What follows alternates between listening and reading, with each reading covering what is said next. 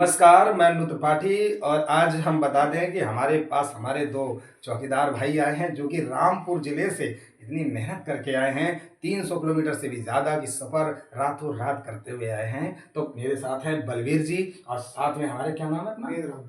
वेदराम जी। ये दोनों भाई आए हैं, इनकी कुछ समस्याएँ हैं, उन समस्याओं के निवारण हेतु हम जाने वाले हैं इन लोगों को मंत्री जी के पास लेकर। दोनों जगह बात मैं कर चुका हूँ, तो प्रयास ये करता हूँ कि लोगों के काम बन सके। हाँ, तो बलवीर भाई और वेदराम जी, आप ये बताइए आपको आने में कोई तकलीफ? नहीं। आपको हमने एड्रेस भेजा, आपको हमने कहा हमारा फ़ोन उठ नहीं पाएगा क्योंकि सुबह 5 बज रहा था, तो सब कुछ कैसा लगा माहौल? बहुत अच्छा लगा। बढ़िया लगा? बहुत बढ़िया लगा।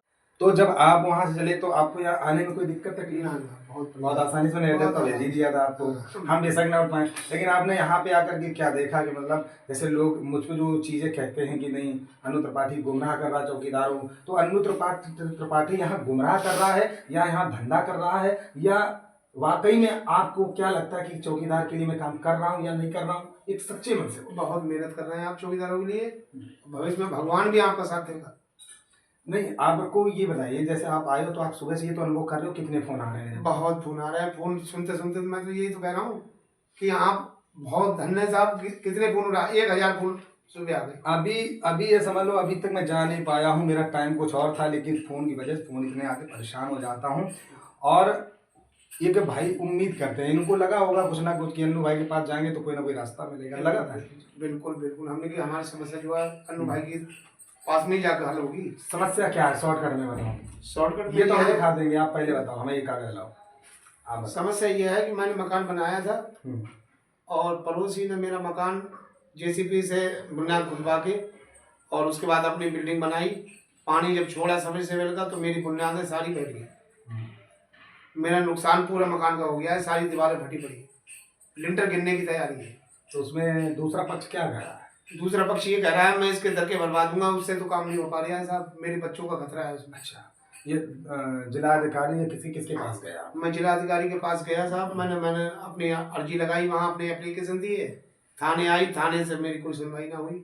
कब का मामला है ये 17 तारीख का मामला है। 17 मार्च? जी।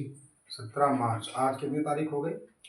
आज हो गई 27। मतलब लगभग 10-12 दिन हो रहे हैं लेकिन किसी भी तरह से इनकी जब सुनवाई नहीं होती है।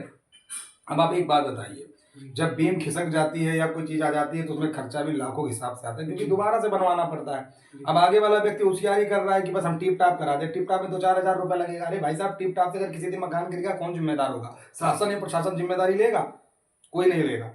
तो इस परिवार को इंसाफ चाहिए ना। मैं अच्छा इंसान हूँ या बुरा इंसान मुझे नहीं पता, पर मैं ये जरूर जानता हूँ इन्हीं जैसे लोगों के लिए ही मैं समर्पित हूँ और इन्हीं जैसे लोगों के लिए काम कर रहा हूँ। इसमें अगर किसी का पेट दर्द हो रहा है तो इसमें क्या दिक्कत? अब आप सोचिए कि इनका लाखों रुपए का खर्चा है, जिसमें यदि वो व्यक्ति 50-60 हज़ार भी अगर रुपए खर्च कर दे तो शायद ही मान जाएंगे। मान जाओगे? हाँ, मैं मान जाऊंगा। तो अभी मैं मंत्री जी के पास इनको ले जा रहा हूँ और मैं संभवतः प्रयास करूंगा कि इनका काम तत्काल प्रभाव से बने। हमने महामंत्री जी से भी बात कर ली और मंत्री जी से भी बात हो गई है, तो दोनों जगह इनकी फ़ोटोज़ वीडियो भी हम आप तक पहुंचा देंगे। ये एप्लीकेशन है इनका और इसके साथ मैं आपको फ़ोटो दिखाना चाहता हूं। आप देखिए कि इनके फ़ोटो में दीवार किस तरह से दड़की हुई है। उसके बाद में आप दूसरी फ़ोटो देखेंगे तो दूसरी फ़ोटो में भी यही हाल है। इनके सारे फ़ोटो हमारे पास मौजूद हैं कि अब आप बताइए कि इस तरीके की दीवारें इनकी पूरी डैमेज कर दी हैं, तो अब बताइए इसका भी जवाब कौन देगा, इसका काम कौन करेगा?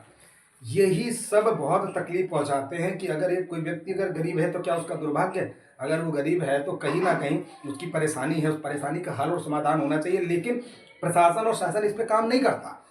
तो आपको अब विश्वास हो गया कि आपका काम हो जाएगा हमारे यहाँ? हाँ, मुझे विश्वास है कि मेरा काम यहाँ से हो जाएगा। आपके सामने ही तो बात की मंत्रियों से। बिल्कुल की ना? बिल्कुल। एक कुछ लोग हैं आपके विभाग के, कुछ नेता तो बनना चाहते हैं, लेकिन अगर कह दो कि एक विधायक से परिचय तो हो सकता ना हो, है ना?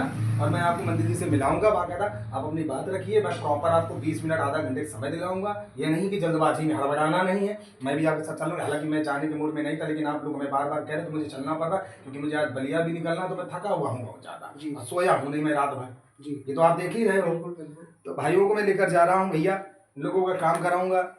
और अनु त्रिपाठी की यही तो क्वालिटी है कि एक भाई भी हमारा ये बता दे कि अनु त्रिपाठी ने ये कहा हो कि तुम मेरा तेल डलवा दो या मुझे पैसे दे दो तो मैं तुम्हारा ना, काम कराऊंगा। ना, ना। तुम्हें ईमान धर्म की कसम है? ना ना कोई नहीं, क्योंकि आपके भी बाल बच्चे होंगे, घर बिल्कुल, परिवारों का, हमने कुछ अगर नहीं। कुछ भी कहा हो, बिल्कुल कुछ नहीं। जो लोग हमको ये जोड़ते हैं कि अनु त्रिपाठी ठग रहा है, गुमराह कर रहा है, कमा रहा है, क्या लगता है बलवीर जी, मैं ठगता हूँ या कमा रहा हूँ? बताइए। नहीं, आप मेहनत कर रहे हो, चौकीदारों का ही भला कर रहे हैं आप बहुत। अब ये बताइए, ये जो कार्य है ये चौकीदार से अलग है कि नहीं है? चौकीदार का मतलब हम, अगर मुझे अंदर यही सब होता तो मैं चौकीदार का जो काम है वो तो चौकीदार के लिए मैं कर ही रहा हूँ। ये काम इनका पर्सनल है, पर संभवतः मदद करता हूँ। ये भाई हमसे तुरंत बोले कि भैया मैं आना चाहता हूँ। मैंने कहा ठीक है, अगर आना चाहते हो तो मैं सुबह मिलूंगा, मैं दिन में नहीं मिलूंगा, आप जल्दी जल्दी आना। खैर ये लोग आ गए। इसके अलावा कई फोन आ रहे हैं मेरे पास में कई जनपदों से कि भैया मैं मिलना चाह रहा हूँ, भैया मैं मिलना चाह रहा हूँ। गाजीपुर की एक महिला है, बेचारी बहुत परेशान है, बहुत दिन से फोन कर रही, पर मैंने कहा नहीं, मैं तुम्हारे गाजीपुर आ रहा हूँ। अरे अनु त्रिपाठी नहीं चाहता किसी को यहाँ तक परेशान करे या बुलाए, पर मैं प्रयास ये करता हूँ कि अगर उसकी जनपद में मैं जा पाऊँ तो मैं जाकर के वहाँ समाधान कर सकूँ, और यही मैं कर रहा हूँ। ये हमारा कर्म और धर्म है।